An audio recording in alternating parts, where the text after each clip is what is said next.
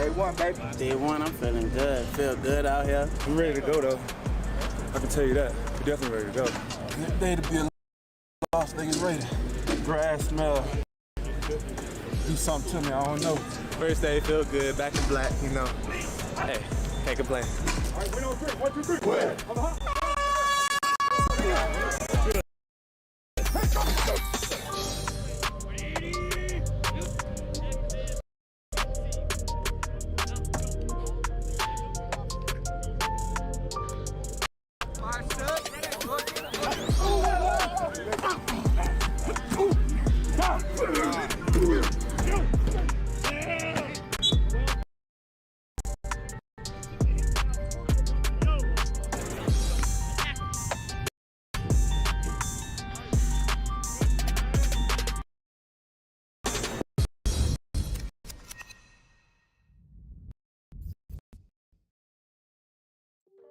Welcome to the Raidercast preseason show.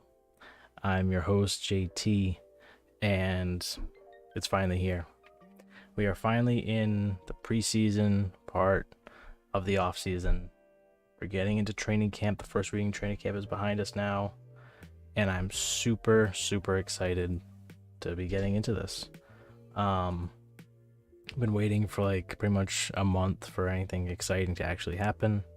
Haven't had any new signings that are super exciting. Some recent, but nothing in the crazy in the past month. And I mean, let's just get down into it. I'm gonna first start off with looking at the injuries, the PUP list, the roster moves that we made in the past week. So I mean, looking at the injury list, we have Vernon Butler. It was a non-football related injury, which is not good. The PUP list is Hankins, Mullen, Nichols, and Stoner. Having 3 defensive tackles injured right now is not good. It's not what you want to see, especially since our defensive tackle room is already so weak. And then looking at the reserve is Sincere McCormick. He's been there for a while. I don't exactly remember what his injury is, but I mean, him being on the reserve is not the best thing to see. Especially since he's an undrafted free agent, so it's not like he's established or he's a draft pick or anything like that. So it's kind of sucky to see. And then, sorry about that. I had to turn my fan on. It is hot where I am. Where I'm living right now, it is really warm. So gotta get the air flowing. But yeah, seeing the additions we had to the roster, Isaiah Zuber from the Houston Gamblers in the USFL. He's a wide receiver / either kick returner or punt returner. We have Ike Brown from the New Orleans Breakers, who I'm pretty high on. If you watch my previous video of my players to watch in camp, Ike Brown is one of my players, especially for the CB position. I think he could be a surprising roster addition. And then we have Matthias Farley, who is a veteran safety. He's played in the league for about like 6, I think, seasons now, with the Jets, the Titans, and I don't know what the other team is. There's a third team. But we had some subtractions to add those players, and that was Dallin Levitt, who has been a mainstay. All the Raider Nation has been very upset about how long he stayed on the team. Safety / special teams. He saved us $2 million though, so that was not a surprise cut since we saved so much money by cutting him. He was in his 4th year. He was, I believe, undrafted in 2018. Somehow stayed on the roster. I think just because he was a really good special teamer. And then Jordan Meredith, who was a practice squad player the whole last season, because I don't think he ever started. And then Denzel Good had a contract change. We saved another $2 million, so now we have a $21 million in cap space right now. So either they're gearing up for some sort of move, like hopefully praying Ndamba can sue, just based on the fact that we have so many injured defensive tackles right now, or just trying to save cap space to roll over to next year, as I think we have like $3 million in cap space next year. And if we want to make any sort of moves, there's that. But we also have re-signings we have to do. We have to do with Denzel Perryman and Waller. So those will be big money contracts for sure. Thankfully, Waller and Perryman both discussed them. They said, we don't care about that right now. We're focused on football, which is amazing to hear, because Waller could easily be fighting and holding out. He's that good to get a contract, but he's using his agent to get that contract. So that's great. That's awesome. And then for Perryman, Raidercast seems kind of split on if we should re-sign him for any sort of contract. I'm of the opinion that it wouldn't be a bad idea because we haven't had this good of a middle linebacker in a long time. And looking at our linebacker core, it's younger, so I can see why people may want to be like, we can move on because he's getting older and he has a history of injury. However, I don't think if it's a reasonable extension, I wouldn't mind it at all, because he's definitely outplayed the contract he's currently on. I mean, a Pro Bowl getting out of that, 152 tackles or 54, some insane number of tackles. But yeah, and for any of those tuning in, the purpose of the show is to just go over the week of preseason practice and training camp. I'm going to be doing it every Sunday at 8 p.m. Eastern time, so that'd be 5 p.m. Pacific, and my goal is just to go over all the news, all the recent, position battles and stuff like that, keep updated on that. If there's anything like super breaking news from training camp, I'll make a video on it, but otherwise I'm just going to do this weekly review of a live stream, so you guys can interact, you guys can, ask me questions about my opinion, even though I'm not professional at all. I'll just give you my opinion anyway. But yeah, for right now, we just went over the injured people, the roster move, the roster additions, roster subtractions, cap change. So the next thing I want to talk about is how the Raiders are getting an identity change underneath the McDaniels-Ziegler duo. Looking at McDaniels' first head coach job, he was a head coach GM in Denver, and that went terribly. He was not ready for it. He tried to put on the facade of being Bill Belichick when he wasn't Bill Belichick. They did not have a good record, and he was fired halfway through his third season or second season. I think it was the third season. But they were just not a good team. But now that he's just focused on the head coach, and Ziegler can handle all the GM moves, which I think he's done a fantastic job so far. I think Ziegler is a really good GM. I think that it'll be a much better situation, and he's made it very clear that this is not the Patriots. He's not looking to be the Patriots. He's looking to build his own identity of a team, which I think is awesome. And even just thinking about his offensive play calling, I think his offensive play calling will just completely elevate the Raiders in general. I mean, looking at their some of the offensive ranks, I found this stat just before this show started. So comparing the two offenses in major categories such as points per game, rush yards per game, third down, and red zone, the Patriots were 5th in points per game, 7th in rush yards per game, 3rd and 5th down conversions, 5th in third down conversions, and 4th in red zone scoring. And now the Raiders, on the other hand, were 20th in points per game, 27th in rush yards a game, 21st on third down, and 27th in the red zone. That's insane. That is so terrible.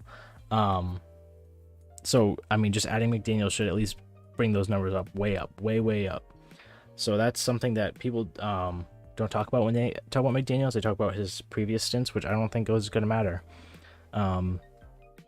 Because I think his offense, he's be able to focus on being a coach. He's not focused on moving roster around, cutting players, adding players, anything like that. That's Ziegler's job, and I think that's awesome that they're doing that split in jobs. So looking at the new Raiders, we're not the old Raiders of old, where the rebels were like, pillaging and just for fun and stuff like that. And we're not the Patriots, but we're something completely new. So the offense looks at tape and film together, which Foster Moreau talked about, which I think is huge. Apparently under Gruden, they didn't do that. It was individually, each position looked at their own film individually. But he talked about how this is an advantage now looking at it together, because even though McDaniels might be talking to even like someone like DJ Turner about a route he needs to run in practice. Moreau can understand what his objective is when they're on the field together. So if, say, Davante Adams is running this route, Moreau knows what he's trying to do or what his goal is in running that route, even though he doesn't need to run that route as he's a tight end and he won't be running the same routes at all like Davante Adams, but he now knows what Davante Adams' goal is, and he can do the best that he can to help either get Davante open or even on the vice versa. Davante knows what Foster's doing now. So Foster could even get open himself, and Davante can, take a corner with him or take a linebacker with him and get Foster open, and that is going to be huge on keeping the offense on the same page. Because I feel like under Gruden, we had a lot of miscues. There was a lot of mistakes on offense. Just a lot of people just not knowing what they're supposed to do or what their job is at that moment. And having the offense be on the same page is super important, especially with an offense that can be as complicated as McDaniels, which is fantastic. And plus, they studied film the first few days of training camp. So from, I believe it was, Tuesday or Monday, they went to camp, the rookies. So from Monday or Tuesday all the way to Thursday, they studied film. So that's fantastic. Same thing with the defense. They're going to be doing it together. That way the cornerbacks know what the defensive tackle is going to do, the defensive ends know what the safety is going to do, etc. It's just important to be on the same page as a unit of an offense and defense, as well as just knowing what you're supposed to do. And then, though the individual drills this week, they didn't really do much. There was no 11 on 11s too much towards the end of camp, like towards, I think, Sunday, Saturday, and today. They started doing those types of things. However, I think once the pads go on Wednesday, we'll see a lot more of the 11 on 11s. There was 7 on 7s, which is how Abram and Teamer got a little bit banged up and had to exit today's practice early. But according to Tristan Kuhn on Twitter, apparently the injury is not anything serious, so that's good. But that sounds like a very Abram thing to do, is to knock out another player while he's trying to, and knock himself out too, while they're trying to make the same play. But during the preseason camp and just practices, there'll be 16 pad days allowed, just based on how much they're allowed to practice with pads. It's 3 days on, and then you have to have 3 days off, and then 3 days on, 3 days off. So they're gonna have a total of 16 before. Trying to think of one before like September 11th, or before like that break between the last preseason game and the start of the season. Apparently McDaniels does not want to run a lot of competition between offense and defense, especially this week. No pads was being a big factor, and they also just wanted to have a slower pace to build up to playing at a faster pace as they get closer to the Hall of Fame game and the preseason game one in general. So there's some players actually coming back. You have Kenyon Drake, who's coming back from that ankle injury he had in the Washington game. Apparently, according to Deshaun Reed, he is very quick and explosive, which is awesome to hear because he was kind of a big part of the offense. And I'm glad he's back, because not having him, it wasn't a massive blow, but it was definitely a blow to the offense, because then it was Jacobs who was banged up.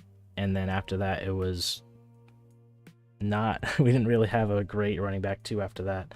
As I believe it was just Peyton Barber, who, no disrespect to Peyton Barber, he's just not the best. Thank you. I appreciate that, Dundee. I greatly appreciate that. But looking at, what is it? Yeah. Denzel Good, also injured. I think he was injured like the first game of the season.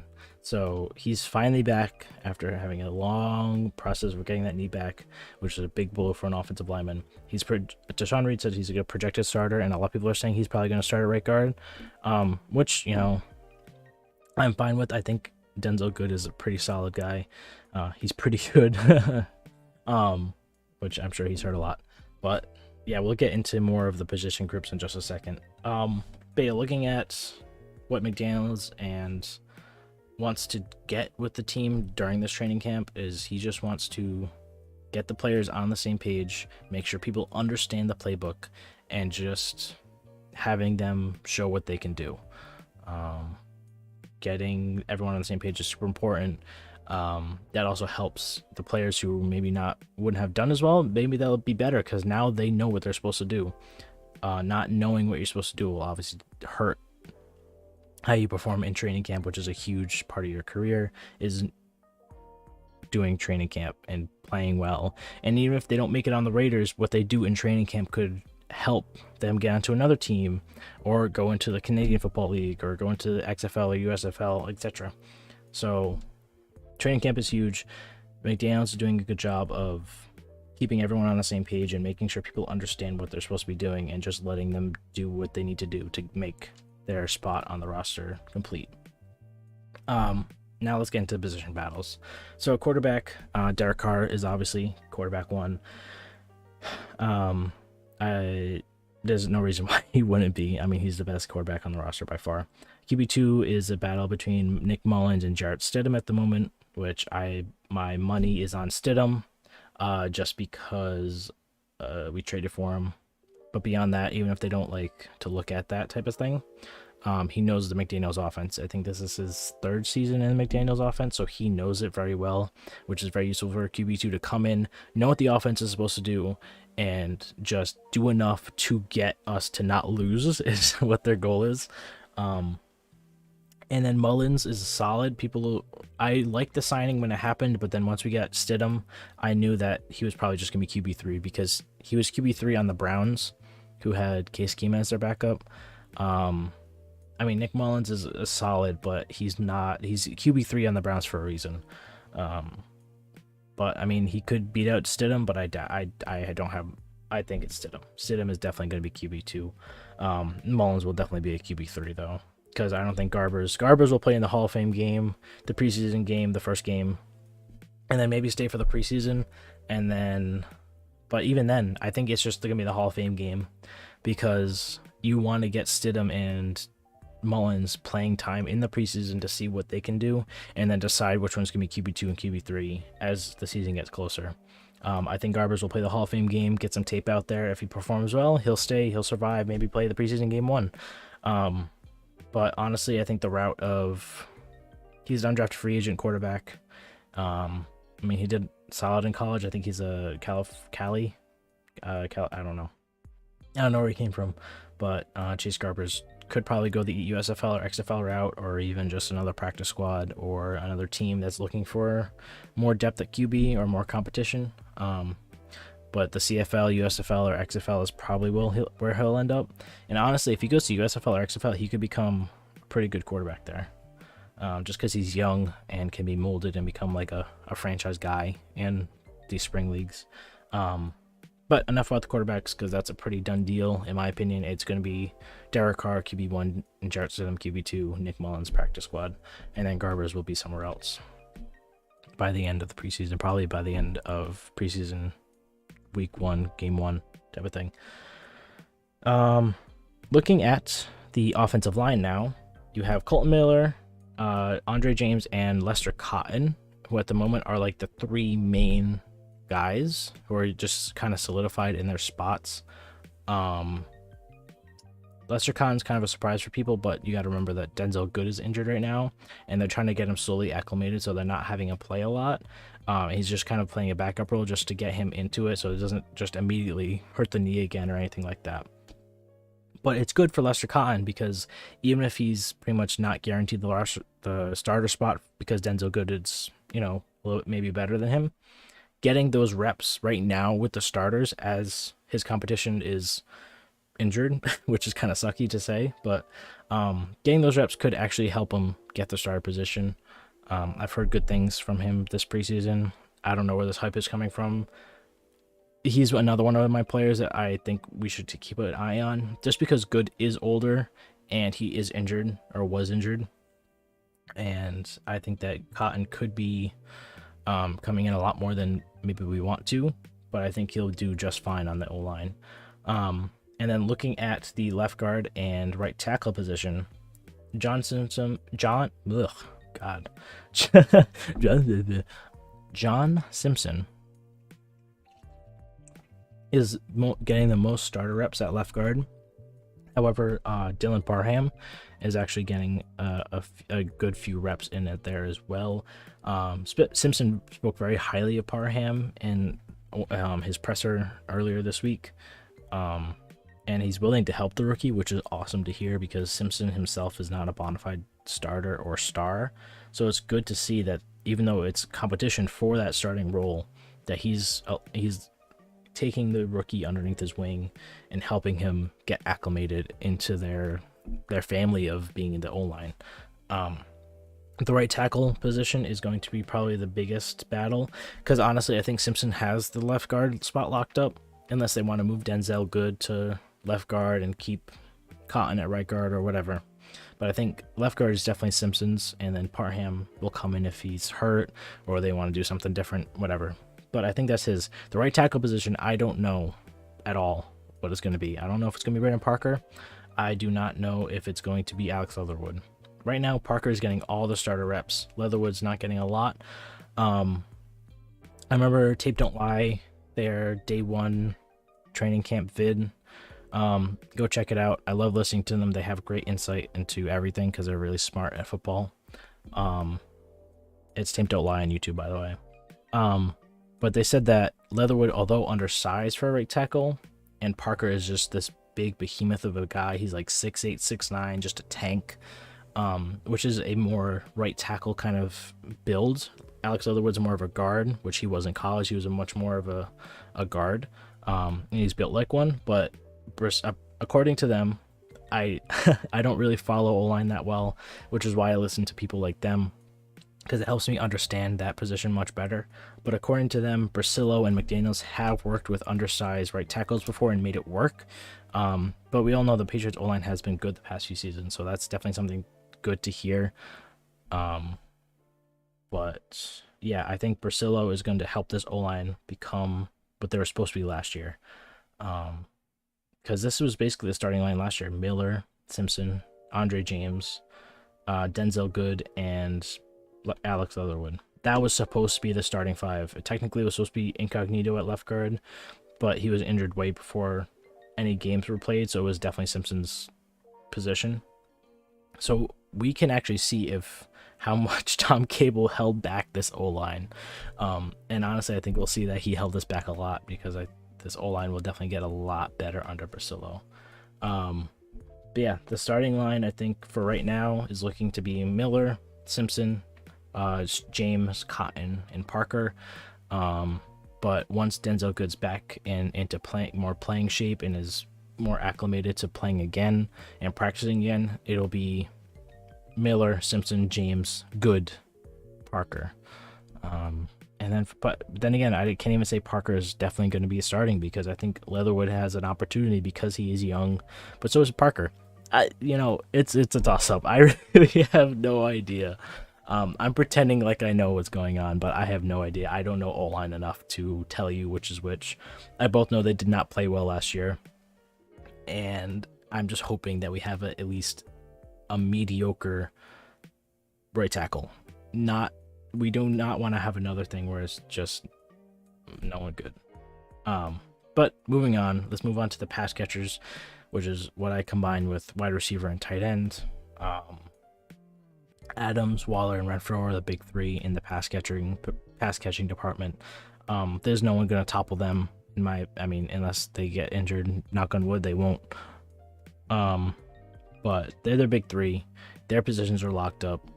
It's more of even tight end 2 is Foster Moreau's spot to lose. But it's for the wide receivers, it's more important to look at who's beyond them. Tyron Johnson, or T-Billy, who I'm going to refer to him as T-Billy from now on, has impressed with Mac Hollins, who I've become a big fan of so far this camp. And he was another one of my players to watch this offseason. But T-Billy has gotten a lot of deep routes. He's a speedy guy. He's a fast guy. He hasn't had a lot of significant snaps at wide receiver since 2020 when he was on the Chargers. He got like 400 yards. But I guess he caught like a couple bombs from Carr or Mullen or whoever's throwing the ball. And McDaniels had some praise in his presser, I believe, this morning. So go check that out. I didn't grab any quotes from it, but you can either find it on like Vincent Bonsignor or Deshaun Reed. They definitely, or Vic Taffer, they definitely have some quotes of him talking about T. Billy, and it sounds like he's actually impressed a lot. Because McDaniel was talking about something like speed is not everything, but he's definitely shown that he's not a lot more than just speed. So that's good to hear. Another thing Deshaun Reed talked about in his articles, I use a lot of The Athletic. I've learned to like their stuff, actually. I like Taffer decently enough, and I like Deshaun Reed a lot. I think Deshaun Reed has really great just reports. He does great at just highlighting everything that you need to know about their stuff. But he talked about how Robinson, Cole, and T. Billy. He didn't talk about Hollins in this part, but I have a feeling that he thinks that Hollins is kind of a lock for being safe as a wide receiver 3 or 4. But as Hollins talked about, there's not really a wide receiver 3. It's more of just a wide receiver 3 by committee type deal. But there's still that spot that I think he definitely has locked up, in my opinion, just because he is smart. I'll talk about Matt Collins later. I got a lot to say about him because I'm really enamored with how he talked and just the stuff we've been hearing about him. But as for Robinson and Cole and T. Billy, which is Demarcus Robinson, Keelan Cole, and Tyron Johnson, they're kind of fighting over possibly 2 roster spots. So all 3 of them are fighting for 2. And it's just a matter of, because we don't know if there's going to be 6 wide receivers or 5 wide receivers, and it all depends on how they want to run the roster. But it's kind of a toss-up between T. Billy, Cole, and Robinson. Of the 3, I see Robinson being the odd man out. I like Keelan Cole more than him. I feel like Keelan Cole's proved himself to be a solid wide receiver 3 or 4 on multiple other teams beforehand. And then T. Billy, I think, is a young, fast guy, which could help a lot. And Demarcus Robinson is that same person. So I feel like it's really just a battle between T. Billy and Demarcus Robinson. Demarcus Robinson has the size over T. Billy, but I think T. Billy can definitely take over that spot, especially because he has that special teams usage. He's a really good returner. So I think that could really help him get that roster spot away from Robinson. But if they carry 6 wide receiver, it's pretty obvious that it's going to be Robinson, Cole, T. Billy, Mac Hollins, Devontae Adams, and Hunter Renfrow. That's 6. But if they don't, it's going to be someone either cut because there's a lot more money in them, then someone like DJ Turner or Dylan Stoner or Justin Hall or Jordan VC. I believe that's all the wide receivers we have right now. But there's only like 2 or 3 roster spots on the practice squad even for wide receivers. So like someone like Robinson or Cole or T. Billy really don't want to be practice squad players. They want to have a 53-man roster spot. So they're really going to be fighting for that wide receiver 3 position, which I think should be a good battle to look for in camp. And then I guess Cole and Robinson have been kind of quiet. We haven't really heard too much about them, but I guess Cole had a good day today, according to Levi Edwards on Raiders.com. And DJ Turner, I saw a lot of people praising today, so that could be good because I believe he's drafted free agent from last year or the year before, so another young player. Dylan Stoner, actually, I'm kind of not necessarily upset, but him being on the PUP list isn't great because I think he could be a solid practice squad because he actually came in for 2 games last year, and he didn't do a lot, but he was there. So having that game experience that he has over DJ Turner is big. But moving on, looking at the defensive line, not much on the edge part or the outside linebacker or the defensive end, whichever you want to call it. Not a lot on them because that's pretty much Max and Chandler. That's it. I'm curious to see what they do beyond them, but it's pretty much it's kind of locked up in my opinion just based on talent. That's going to be Max, Chandler, Malcolm Kuntz, and Cleveland Ferrell as defensive ends. I don't see them being anything different. Because I just don't. You have players like Deshaun Bauer and Kyle Fackrell, but Kyle Fackrell is an outside linebacker, so it's a little bit different than defensive end, which is why I'm not including him in this. But moving on, the the coach is more focused on controlling the line of scrimmage than he is on tackles for loss and sacks, apparently, which people might not like to hear. But I think there'll be a lot of opportunities for players like Max and Chandler to get those sacks. Controlling line of scrimmage basically means you don't let the ends. You got to control the ends, because a lot of the problems, especially last year in the run game, especially on Ngakwe's side, we did not have contain very well, which I think this is what he's talking about, is you got to have contain, especially on rundowns. It's better to try and just go for like the 1 yard, 2 yard stop than it is to overextend and try to get that tackle for loss and miss, and then end up that player gets 3, 4, 5, even a big gain. I think that's what he's trying to talk about. There wasn't much on the defensive line in that sense, but that's my interpretation of that information. But yeah, looking at defensive tackle, group is very thin right now. There's supposed to be 9 players, but now there's 6, so a third of them are gone. But looks like Lancaster is kind of a mainstay for now, as on day 1, he and Vickers took first team reps. Kendall Vickers has been on the practice squad for a year or 2. And then Matthew Butler and Neil Farrell took second team reps, which sounds about right. But Tyler Lancaster, I think, is a not necessarily underrated signing, because he's not necessarily a star defensive tackle or going to be like a game changer, but he's going to be a very consistent defensive tackle for us. So that's kind of important. I think he could be a surprise. He could have a surprise amount of snaps over what people think. Jonathan Hankins being on the PUP list isn't great to see, and neither is Bilal Nichols. I don't know why either of them are in there. I just know Hankins is kind of is older, and you don't want that as a defensive tackle to be older. I love Hankins. He's played for the Raiders for a while now. Bilal Nichols was supposed to be our starter signing, because he did pretty decently in Chicago, but being on the PUP list start is not the best look, especially when you have someone like Lancaster who can be that starter. But this defensive tackle room is just so depressing. Oh my god. I'm really hoping these rookies work out, because I don't see a lot of good things from this defensive tackle room. Hankins, we know already, he's decent. Bilal Nichols is okay. But like the rookies, I think, are gonna be some of our best defensive tackles, especially Matthew Butler, who, by the way, is another one of my players to watch this camp. Him getting backup snaps / second team snaps this first day camp, and then moving on to like day 2, and then beyond that, he got second team and kind of backup snaps, which is fine, because that's what he should be doing right now, because he is a rookie. But him getting that second team thing over players like Kyle Pico and oh god, who's the other player that's here? Not Vernon Butler, because he's on the list. There's someone else. Andrew Billings. Where is he? Oh my goodness, I forgot about Andrew Billings. Yeah, I don't. This defensive tackle room is just so sad. It makes me sad talking about it. I'm gonna move on, because this is just making me sad. Linebackers. This is where it gets fun.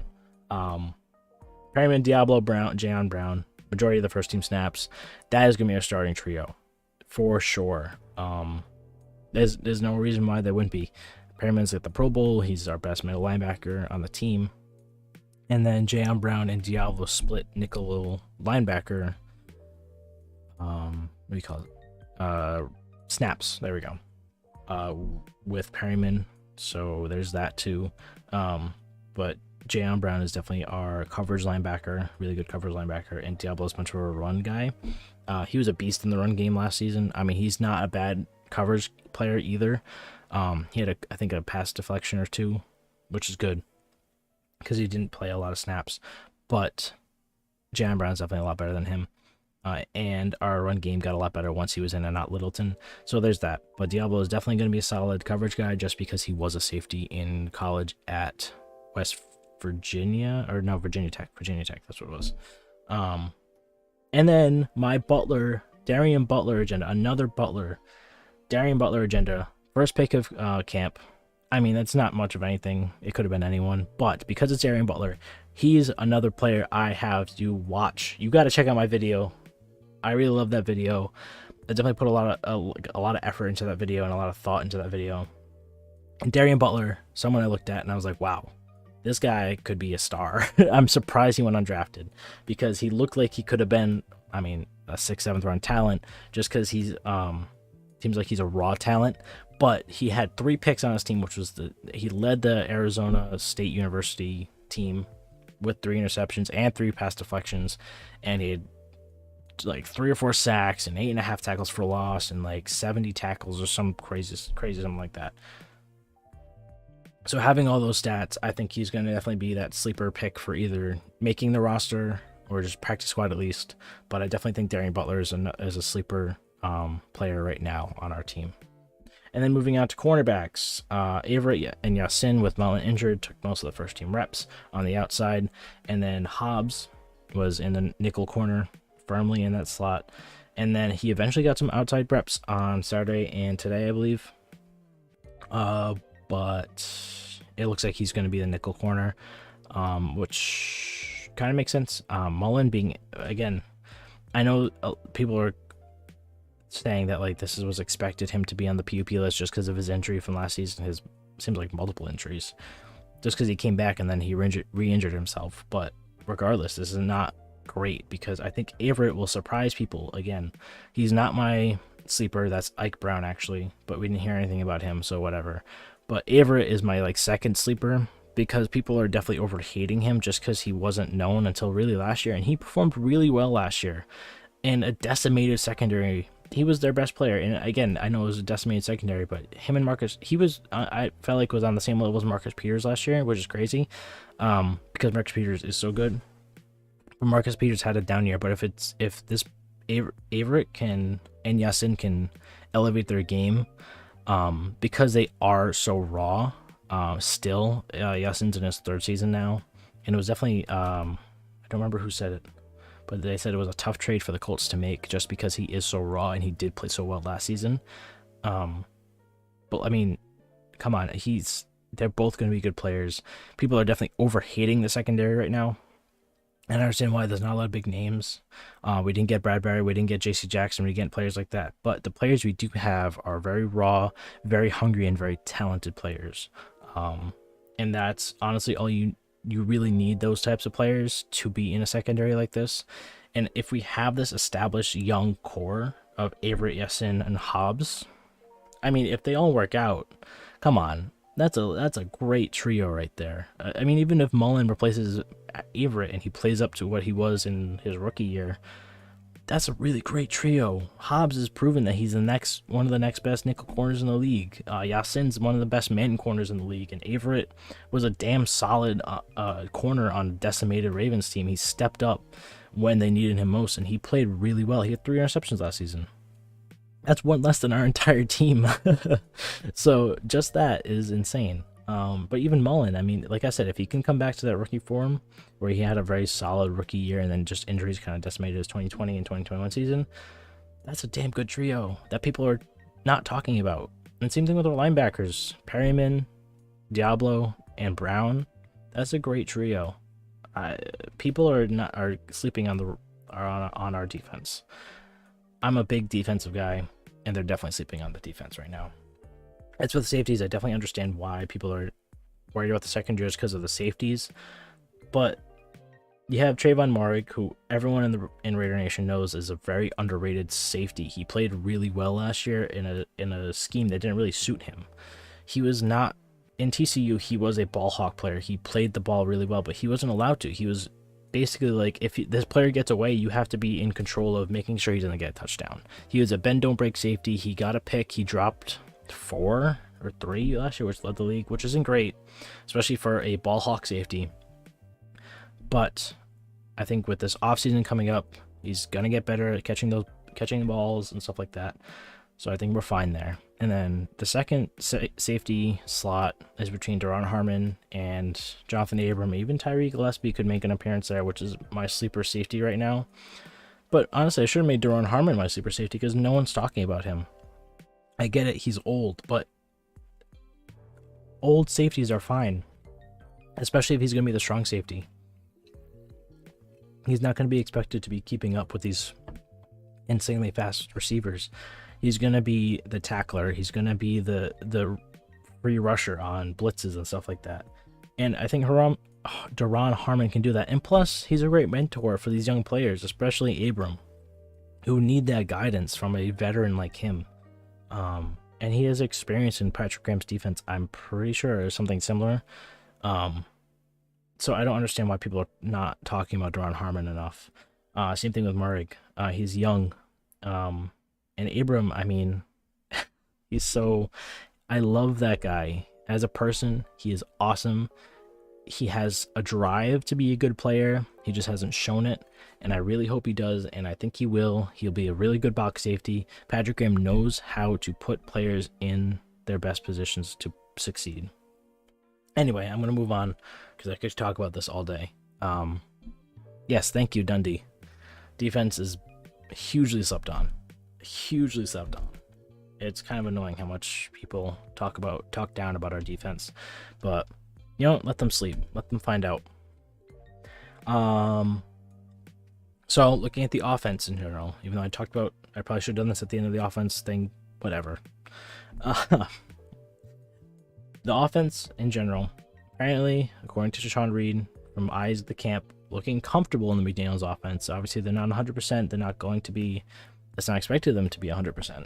But there's great communication, but they're looking natural in the offense, in running the routes, in understanding their role in routes or in whatever they're doing, which is again awesome to hear. Getting comfortable at this early and feeling like it's almost second nature this early is so important. Having good communication is also important. Like I said earlier, the offense in the past, especially under Gruden, seemed like they didn't have great communication. There'd be miscues all the time of a player not knowing what they were supposed to be doing. Even on the defensive side, that would happen all the time. So having that communication and players literally saying, like, we have great communication, that's why we're feeling so well, and players feel comfortable trying something, and if they get it wrong, they know it's not going to be like a huge punishment. Obviously, they might get punished a little bit, but they feel comfortable enough to play in this setting. They feel safe. They feel comfortable to try it. And if they fail, they know their teammates will do their best to help them, which is so awesome. Mike Lombardi, according listening to Moreau talk about him, is a great young offensive genius, according to him, which is great.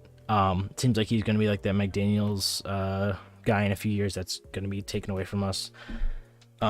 He's a very versatile coach. He's teaching tight end and the offense as a whole, and he's helping the wide receiver coach out, which is crazy. He's doing like 3 jobs at once, and he's young. We saw clips of him on Twitter running with the wide receivers and playing that DB. Because he's so young at 33, he can do that. He can kind of keep up with them.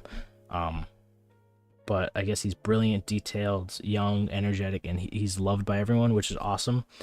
I mean, the players loved Ollie, but Greg Olsen.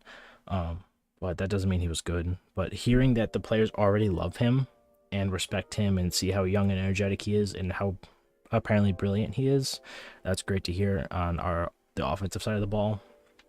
And the keyword of, I'm just going to call this the keyword of the Raiders in general of 2022 is adaptability. This team is going to be extremely adaptable to all situations. That is the thing that McDaniels and Graham both talked about when they were hired, is adapting the offense and defense to the players' strengths and playing week by week. That's like the definition of McDaniels and even McDaniels' offense and Graham's defense. Graham's defense is built around, what is the team that we're playing do? How can we stop it? And it's also built around, what do my players, what can they do, and how can I make them succeed? Same thing with McDaniels. What does the opponent's defense do? All right, what we're going to do is exploit this specific thing. And the Broncos players, even when he didn't have a great time in Denver, they still talked about him exploiting weaknesses, and just attacking what they saw on film. Each week they changed their offense just a little bit to attack those specific weaknesses, which is awesome. Adaptability is the name of the game for this team. Defense is Patrick Graham talked about not reinventing the wheel. Believes football is less complicated. Does not care about 3-4 or 4-3, whichever front the team can play for that game that works against the opponent is what they'll play. Guys are learning multiple positions, which, again, goes with the adaptability. You're talking about, he said that players at each level, at the first level at D-line, the second level at linebacker, and the third level in defensive back secondary, they're being asked to do multiple things. So I'm sure that Crosby is being asked to play that outside linebacker and also defensive end position. Someone like Farrell is being asked to play. Sorry, I'm stumbling right now. Defensive end and defensive tackle like he did last year. And then looking at even Dylan Parham on the offensive side of the ball, he's being asked to play left guard, center, and right guard already. And that's just the type of adaptability specifically on in the trenches that these coaches want. And that's going to be the name of the game for this offseason, is how adaptable can these players be, and making sure that we succeed as a team. And then that pretty much sums up majority of it. But there's one player I want to talk about right now that is my favorite player at the moment. Well, besides Crosby will never not be my favorite player. Is Mac Hollins. I've heard a lot of good things. We've all heard him. He's a pressing in camp with route running. He's a smart player and a very hard worker. He does a Mac Hollins mile. Is a run a mile after every lift, workout, and practice. Josh Jacobs says Hollins has learned a lot of the offense already and is very comfortable in it, which is great, which is why I think he has that wide receiver 3 thing locked up. And apparently he's a funny guy and great locker room presence. It was either Waller or Crosby said that he's like one of the top 5 funniest people he knows. And I'm going to gush about him probably a lot this offseason, but I think Mac Hollins is going to be a surprise, not only leader on the team, but also a surprise impact player on the team at that wide receiver 3 position behind Waller, Renfro, Adams. He's going to be that guy that's going to have some clutch plays and big plays like he did in the Dolphins, and even the Eagles before him. But that's what I have to say about Mac Hollins for today. All right. That is the first episode of the Raidercast preseason show. Leave a comment down below what you guys think about what I had to say. Let me know how you feel about where the team's going. Leave a like. Don't forget to subscribe because this is going to be a weekly thing. Tuesday is my Retro Bowl day. Friday I have a Raidercast episode. I believe it's 8 now coming out. I'm going to be going over on Friday my final predictions for the 53-man roster. And then once again next Sunday, I'm going to have this stream again, talk about the week at training camp and stuff like that. But thank you all to all who tuned in. Follow me on Twitter and Instagram at Condor Season. And I hope you all have a fantastic day, week, month, year, everything.